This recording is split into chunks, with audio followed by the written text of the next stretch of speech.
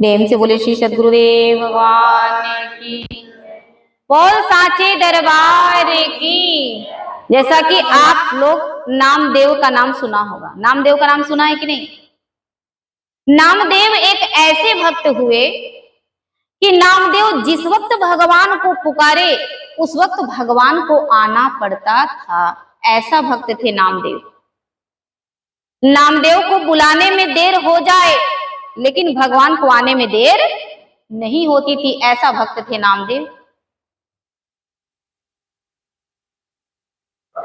इतना भगवान को उन्होंने अपने वश में कर रखा था कि मंदिर के पुजारी जो थे ना, वो पुजारी भी उससे जलने लगे, उनसे ईर्ष्या करने लगे। कि पुजारी कहते हैं कि दिन रात मैं मंदिर में सेवा करता हूँ, मैं पूजा करता हूँ, अर्चना करता हूँ, और ये भगवान जी तो नामदेव जी से बात करते हैं। किससे बात करते हैं? नामदेव से। पुजारी को चिढ़ होने लगा, ईर्ष्या होने लगी, जलन होने लगा। और पुजारी ने एक दिन क्या हुआ कि मंदिर में भजन कीर्तन हो रहा था, जैसे यहाँ पर भजन कीर्तन अभी हुआ, सभी लोग झूम झूम के गाए। तो उस मंदिर में भजन कीर्तन हो रहा था तो नामदेव जी भी आए। भाई भक्त हैं, जहां भजन होगा वहां जाएंगे। जब नामदेव जी गए तो नामदेव को मंदिर में कोई घुसने नहीं दिया, उनको दूर से ही भगा दिया। सब लोग तुम जाओ, तुम्हारा यहाँ कोई काम नहीं। दूर से ही भगा दिया। जब भगा दिए तो नामदेव को बुरा लगा, भाई भगवान के मंदिर में आए हैं और मंदिर तो सबका होता है, यहाँ तो कोई भी आ सकता है, लेकिन मुझे रोका क्यों जा रहा है? ये पुजारी को चिढ़ था, ईर्ष्या था, जलन था कि सब कुछ मैं करता हूं और बात ये किससे करते हैं? भगवान से। भगवान इनसे बात करते हैं। घंटों घंटों बात करते थे नामदेव भगवान से। ऐसा भक्त आपको दर्शन भी नहीं हुआ होगा जिंदगी में, बात करना तो बहुत दूर की बात है। और जब उनको बुरा लगा तो मंदिर के पीछे जाकर के नामदेव जी रोने लगे, दुखी होकर बैठ गए। जब रोने लगे, उनके आंसू गिरने से पहले ही भगवान उनके सामने आ गए। नामदेव क्यों रो रहे हो? हे प्रभु, मैं आपको क्या बताऊं, क्या आपको पता नहीं है? आपने देखा नहीं कि आज मंदिर में आपका भजन कीर्तन चल रहा था और जब मैं मंदिर में आया मुझे प्रवेश नहीं मिला। मुझे मंदिर में पुजारी लोग मुझे घुसने नहीं दिए, मुझे कीर्तन नहीं करने दिए। प्रभु, आपका भजन करने मुझे नहीं मिला, इसलिए मुझे बहुत बड़ा दुख हुआ। बोला इतनी सी बात है नामदेव, तुम चिंता मत कर। और भगवान ने क्या किया कि पूरा मंदिर को ही घुमा दिया। पूरा मंदिर को घुमा करके उनके जो द्वार थे, मुख्य द्वार, वो किसकी तरफ कर दिए? नामदेव की तरफ कर दिए। क्योंकि नामदेव जी मंदिर के पीछे बैठे थे और सब लोग इधर से भजन कर रहे थे। भगवान ने पूरा मंदिर को ही उठा करके नामदेव की तरफ कर दिया। ऐसा भक्त नामदेव भी भगवान के इतने करीब रहने के बाद भी नामदेव को कच्चा मानते हैं। कौन? महापुरुष, संत लोग। कैसे कच्चा मानते हैं? देखिए, कच्चा कौन है, पक्का कौन है? क्योंकि जब तक भक्त गुरु के शरणागत होकर भगवान की भक्ति नहीं करते हैं तब तक वो भक्त कच्चा ही रहते हैं। इसका बहुत सुंदर ही प्रसंग है, समझने का प्रयास करेंगे सभी लोग। बहुत ही सुंदर प्रसंग है कि नामदेव भक्ति तो करे, ऐसा नामदेव जो भगवान से घंटों घंटों बात करते, ऐसा नामदेव बिना सतगुरु के क्या है? अधूरा है। अब एक दिन क्या हुई, संतों की सभा लगी, साधु संत की, बड़े बड़े महान संत महापुरुष सभी को सभा लगी। इतने बड़े बड़े संत ज्ञानेश्वर, मुक्ताबाई और भी बहुत सारे संतों का आगमन हुआ। कहां पर लगी ये सभा? ये सभा कहां लगी? गोरा कुम्हार के यहाँ पे। गोरा कुम्हार भी बहुत बड़े संत थे, उनके यहाँ सभा लगी, सबको बुलाया गया जितने भी संत थे। तो उस संत में सभी लोग जा रहे थे तो नामदेव भी चल दिए। तो जब नामदेव भी चल दिए, जब वहां सभा लगी थी भाई, सबको बैठने के लिए दिए, लाइन से बैठाए सभी संतों को।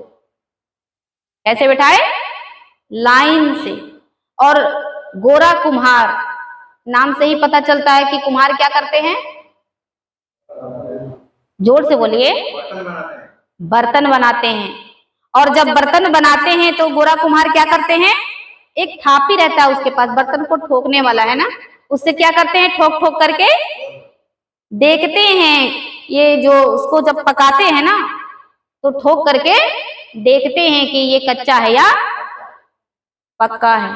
तो उसी थापी से बर्तन को ठोक रहे थे, ठोक ठोक कर देख रहे थे। और संतों की लाइन लगी थी और बर्तन को ठोकते ठोकते वो संतों को वहां से लाइन से ठोकना शुरू कर दिया। जब लाइन से ठोकना शुरू किया तो वहां से ठोकते ठोकते ठोकते तो सब लोग तो ठीक ठाक थे, कोई कुछ नहीं बोले। लेकिन जैसे ही नामदेव का नंबर आया, जब नामदेव के सिर पर ठोकने लगे थापी से, तो नामदेव को बड़ा जोर गुस्सा आया, क्रोध में भर गया नामदेव। और कहते हैं कि आप कैसे संत हो, हम संतों को आमंत्रित करके हमें यहाँ अपमान करने के लिए बुलाए हो, हमारा अपमान करते हो। तुम्हें पता भी है कि मैं भगवान का कितना बड़ा भक्त हूं। तुमने ये अच्छा नहीं किया, सबके सामने मेरी बेइज्जती की, ये तुमने अच्छा नहीं किया। कहीं ये क्या कर रहे हो तुम, ये थापी से बर्तन ठोकते ठोकते तुम तो इंसानों को ठोकने लगे। गोरा कुम्हार ने कहा कि नामदेव, जिस प्रकार से मैं बर्तन को देखता हूं ठोक करके ये कच्चा है या पक्का है, इसी तरह से मैं संतों को भी ठोक ठोक कर देख रहा हूं कि कौन कच्चा है और कौन पक्का है। तो ये भला मैं हम लोग कोई बर्तन है क्या? अरे इससे तो बर्तन को ठोक कर देखा जाता, हम बर्तन तो नहीं, हम तो इंसान हैं। कहे इसी से पता चलेगा। आखिर क्रोध तो किसी को नहीं आया, नामदेव को ज्यादा क्रोध आ गया। तुरंत बोला गोरा कुमार ने, नामदेव तुम कच्चे हो, तुम कच्चे हो, क्योंकि जब मैं थापी से सबको ठोक रहा था तब किसी को क्रोध नहीं आया, लेकिन तुझे बड़ा क्रोध आ गया, तुम कच्चे हो। इन सब संतों में से सबसे ज्यादा कच्चा तुम हो। नामदेव को और गुस्सा लगा, जैसे ही बोला तुम कच्चे हो, और तेज से गुस्सा आ गया। इतनी तेज गुस्सा आया, उठ करके वहां से जाने लगे। जब उठ करके चल दिए, रोते जा रहे, रास्ते में रोते जा रहे हैं, हे भगवान, ये मेरा इतना अपमान कर दिए, आज मेरी भरी सभा में इतना अपमान, और उसमें भी मुझे कच्चा बोल रहे हैं। बताइए भगवान, जो आपसे एक घंटों घंटों बात करता हो, मैं जब बुलाता हूं आप आ जाते हो, मुझसे बात करते हो, ऐसे भक्त को गोरा कुम्हार ने आज कच्चा कह दिया। जब ऐसा कहा नामदेव ने, भगवान को तो आने में ज्यादा देर नहीं लगी। भगवान कहे, नामदेव क्या बात है? कहे, आपको पता नहीं कि आज क्या हुआ मेरे साथ? कहे, मुझे सब पता है, लेकिन तुम बताओ तो सही कि क्या हुआ। कहे, आज मैं सभा में गया था और सभा में जाते ही गोरा कुम्हार ने थापी से सभी संत को थपथपाना शुरू कर दिया। और जब शुरू कर दिया थपथपाना, तो मुझसे कहते हैं कि ये कच्चा है। क्या कहते हैं? कच्चा है। आप बताइए भगवान कि क्या मैं कच्चा हूं या पक्का, आप ही डिसाइड कीजिए। क्या कहे कि कच्चा, मैं कच्चा हूं या पक्का हूं, ये आप ही डिसाइड कीजिए, आप ही बताइए कि मैं क्या हूं। अब भाई, जिस भगवान को पूजा करते हैं उसकी बात तो मानना चाहिए कि नहीं? अगर ना माने तो क्या है, बेकारी है। अरे जिनकी हम आरती उतारते हो, अगर उनकी बात हम ना माने तो बेकार है। तो जब भगवान कहने लगे कि नामदेव, इसमें क्रोध होने की क्या बात है, गुस्सा होने की क्या बात है, गोरा कुम्हार ने गलत नहीं कहा, उन्होंने सही कहा कि तुम अभी कच्चे हो। अब तो और ज्यादा, पहले तो गोरा कुम्हारी बोल रहे थे, उसने सोचा मेरा भगवान हमारे साथ देंगे, लेकिन पता चला अब तो जिनकी हम पूजा करते हैं वो भी कह दिए कि मैं क्या हूं, कच्चा हूं। अब क्या करेंगे नामदेव बोले, भगवान आपको क्या हो गया है, क्या आप भी ये निर्णय नहीं ले सकते कि कौन कच्चा है और कौन पक्का है? कहे नामदेव,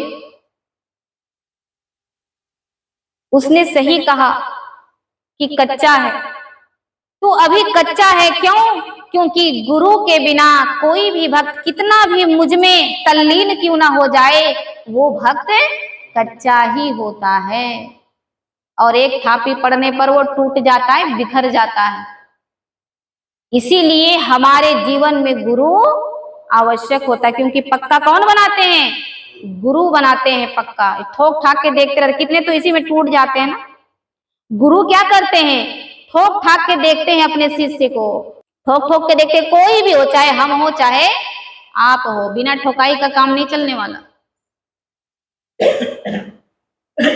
जब भगवान कह दिए तो उनको और बुरा लगा कि अब क्या करें, अब तो मेरे भगवान ही कह दिए कि मैं कच्चा हूं। तो कहे भगवान, जब आपने मुझे कच्चा कह ही दिया तो बताइए फिर मैं पक्का कैसे बनूंगा, कोई उपाय बताइए।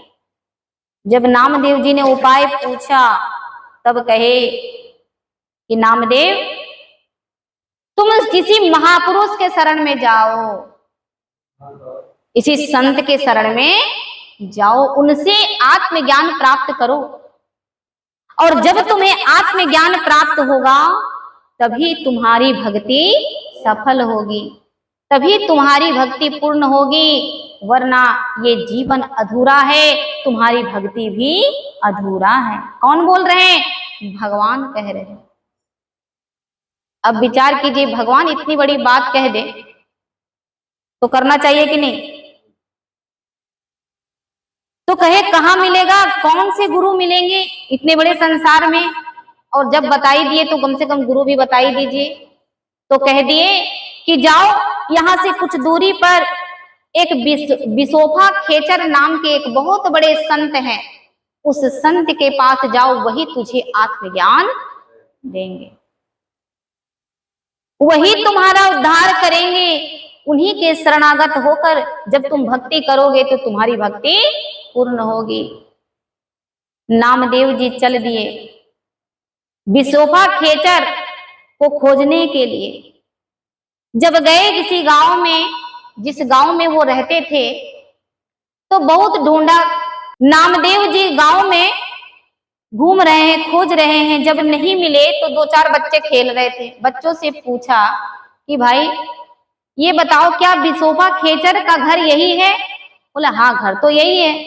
तो बोले वो है कहाँ? बोला यहाँ नहीं है, वो मंदिर में मिलेंगे, यहाँ से थोड़ी दूर पे एक मंदिर है, भोलेनाथ का शिवलिंग का मंदिर है, वहां पर जाओ, वहां मिलेंगे। किसी ने बता दिया तो बोला ठीक है भाई। अब नामदेव जी वहां चले गए। जब वो मंदिर में खोजते खोजते गए तो क्या देखते हैं कि नामदेव जी कि बिसोफा खेचर जो है वो शिवलिंग के ऊपर में अपना पैर रख के आराम से सो रहे हैं। क्या करके सो रहे हैं?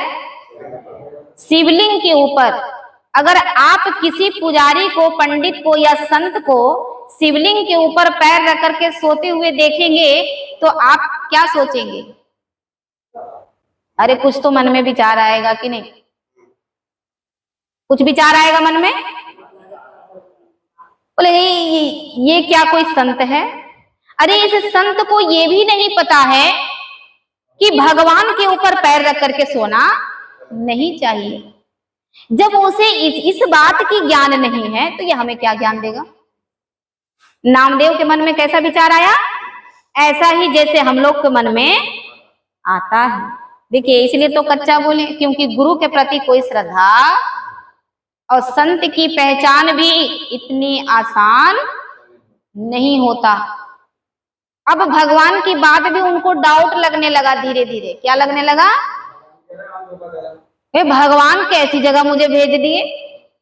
अरे जिसे ये नहीं पता, इतने छोटे छोटे बच्चे को पता होता है कि शिवलिंग के ऊपर पैर नहीं रखना चाहिए, लेकिन ये हमारे भगवान ने तो कहा बहुत बड़े संत हैं ये। जब वो गुस्से में जाने लगे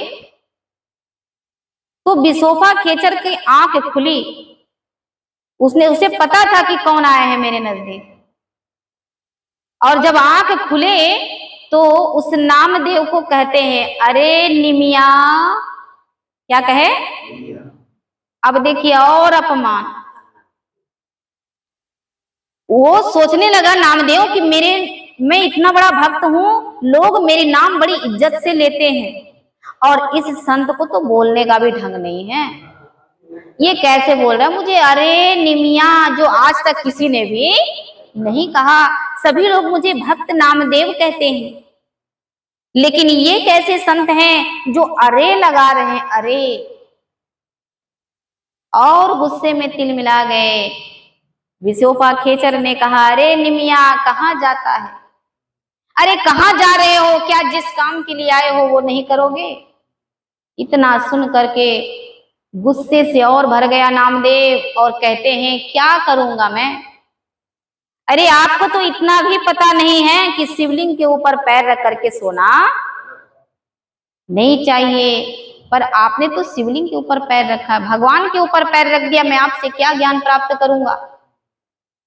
तो बिसोफा खेचर ने कहा कि नामदेव एक काम करो, चलो ठीक है मैंने शिवलिंग के ऊपर पैर रखा तो हमारी गलती, तुम एक काम करो कि मेरे पैर को उठाकर उस जगह पर रख दो, उस स्थान पर रख दो जिस जगह पर शिवलिंग ना हो। अब नामदेव ने उनके पैर को गुस्से से पकड़ा, और ज्यों ही ऐसे पटके वहां भी एक शिवलिंग प्रकट हो गए। नामदेव ने देखा, अरे फिर उसके पैर को पकड़े, फिर उधर घूम के फिर उधर पटक दिया, फिर वहां भी एक शिवलिंग प्रकट हो गए। फिर पैर को पकड़े, फिर इधर घुमाए, फिर पटके, फिर वहां भी शिवलिंग प्रकट हो गए। अब नामदेव जी क्यों पैर लेके घूम रहे, किधर को पटकूं? ये तो जिधर भी मैं पटक रहा हूं उधर ही शिवलिंग है, किधर मैं पटकूं? तब पैर को पकड़ करके नामदेव जी अरे क्या हो गए, नतमस्तक गिर गए। तब पता चला कि ये कोई साधारण संत नहीं है जिसे मैं साधारण समझता था। अब नामदेव जी शरणागत हुए। अब पता चला, बोले मुझसे बहुत बड़ा अपराध हो गया, अगर आप मुझे क्षमा करके मुझे ज्ञान प्रदान करेंगे तो हमारा जीवन सफल हो जाएगा। संत दयालु दया किए, और जब उसे आत्मज्ञान हुआ, जब बिसोफा खेचर ने अपने शरण में नामदेव को लिया, उसके बाद जो उन्होंने भक्ति किया, तो जिक्र आता है एक दिन का कि नामदेव जी क्या कर रहे थे, रोटी बना रहे थे भगवान को भोग लगाने के लिए। अब नामदेव जी ने रोटी बनाई, अब भोग लगाने को ज्यों ही आंख बंद किए, इतने में कुत्ते ने रोटी उठाई। सोचिए, विचार कीजिए, कुत्ते ने। अगर हम ऐसे हमारे सामने थाली हो और हम आंख बंद करके भोग लगाने लगे और एक कुत्ता झपट ले, तो क्या कुत्ते को छोड़ेंगे? क्या करेंगे? डंडा उठाएंगे, सीधे घी का कटोरा लेके नहीं दौड़ेंगे, डंडा लेके दौड़ेंगे उसके पीछे। पर नामदेव जी क्या कहें